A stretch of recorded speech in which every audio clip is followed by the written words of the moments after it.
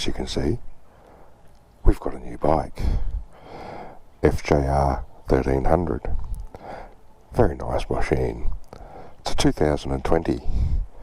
I'll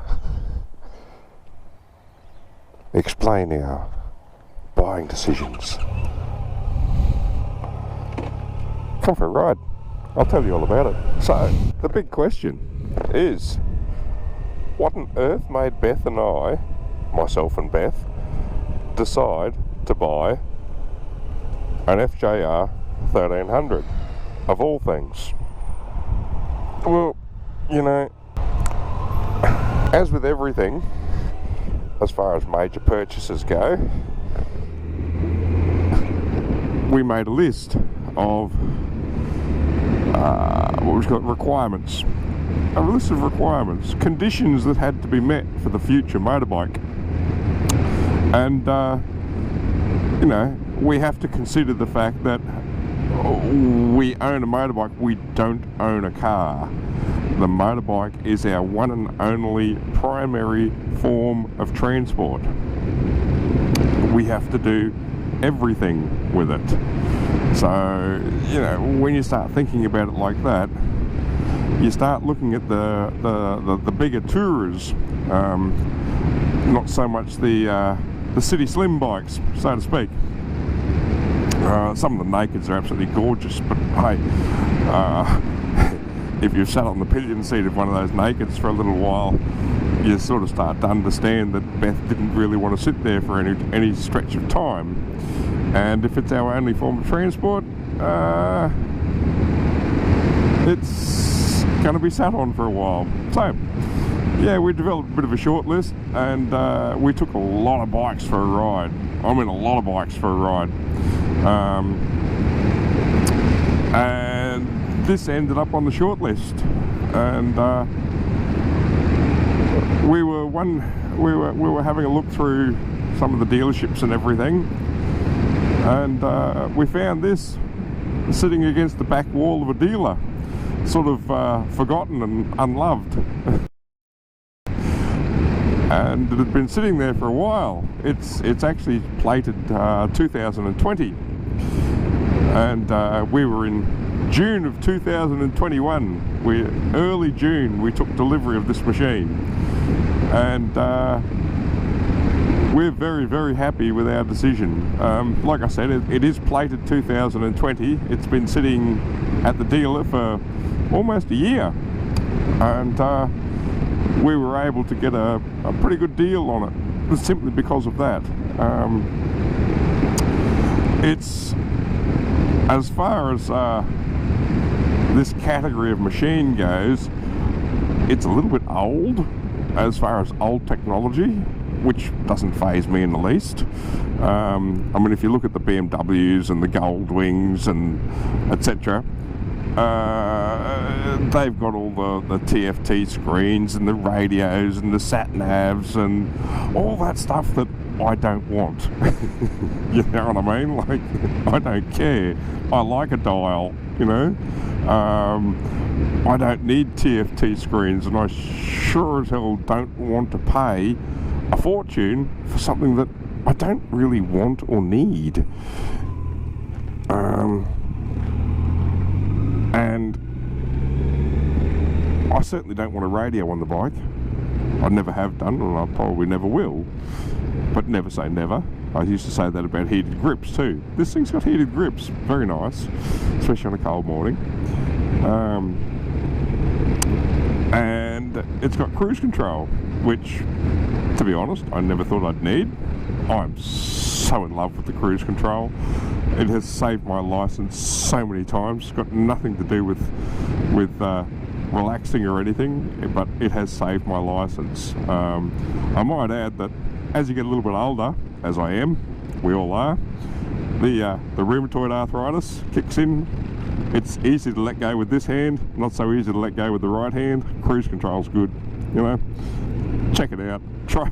Go for a ride on a bike with cruise control if you've got sore wrists from arthritis or rheumatism, and tell me it's not a good thing afterwards. It's not bad.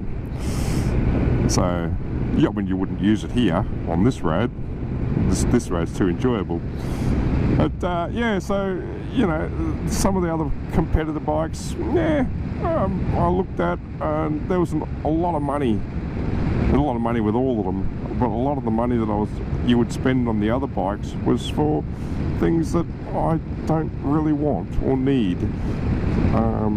So I thought, well, yeah, they might be better bikes, but are they? You know, it's a better bike for somebody. You know, every person is an individual. You know, so good points, bad points, and to each his own, or her own, as the case may be. But yeah, I got to admit, I love this bike. We've had it, like I said, we bought this in early June, and it's now got 10,100 kilometres on the clock, and it's booked in for its 10,000k service later this week. So you know, we haven't been messing around. To run it in, I did a 1,000 kilometre round trip from Brisbane to Roma and back. That was literally we picked it up on the Thursday, and I was in Roma on the Friday afternoon. We did a round trip to Roma, visit some friends out there, and back again on the weekend. So you know, we ran her in and got back on the Sunday, and on the Tuesday it went in for its 1,000k service, and it had done, I think it was 1,300 kilometres in total. So literally within the first week we did our first 1,000k's, and she was up for her first service.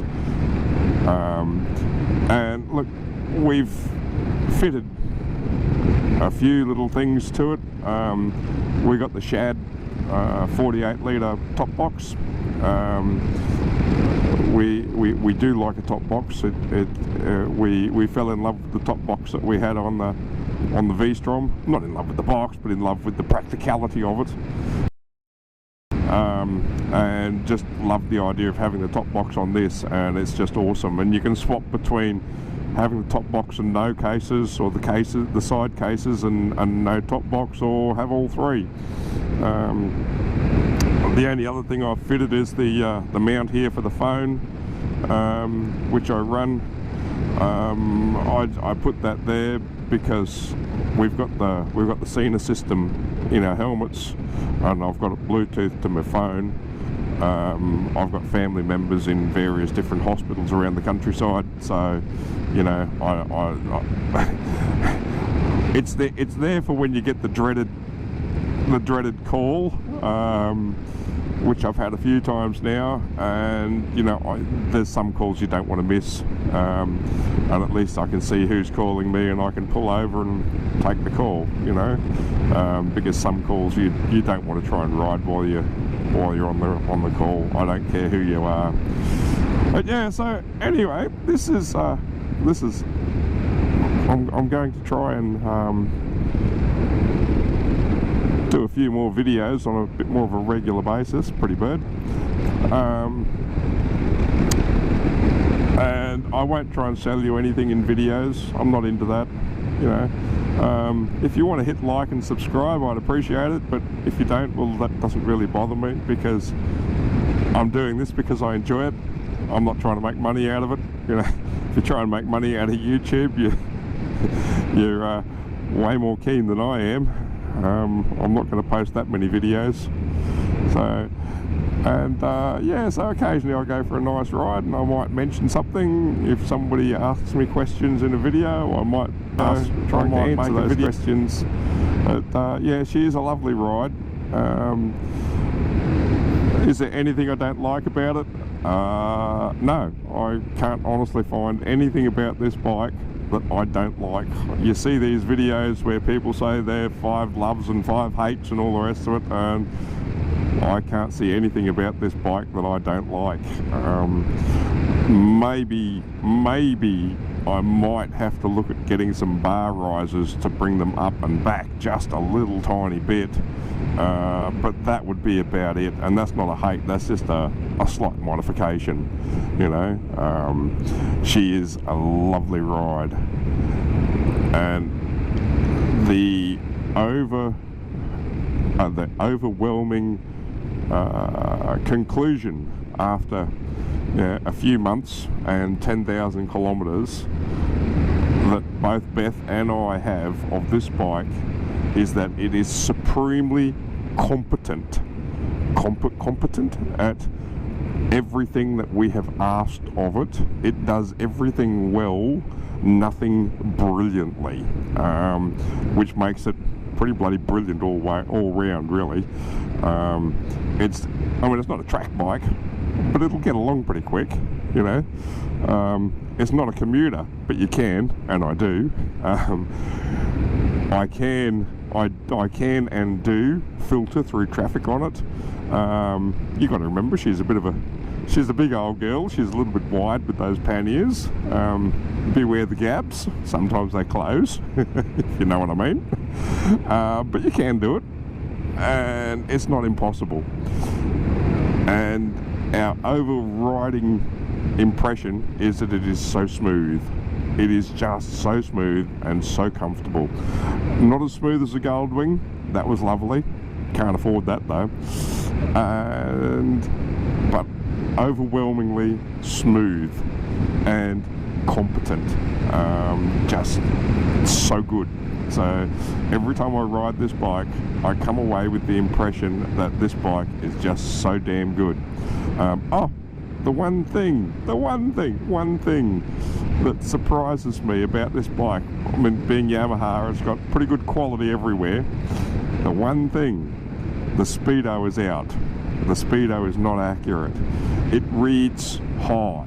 I know most speedos read high, but this one is surprisingly high. At 100k an hour, I put the sat nav on here one day, the GPS, to get an accurate speed, and at 100k an hour with the GPS, the speedo was reading 111. You know, so she's out by a bit, and at 60k an hour at a sat nav.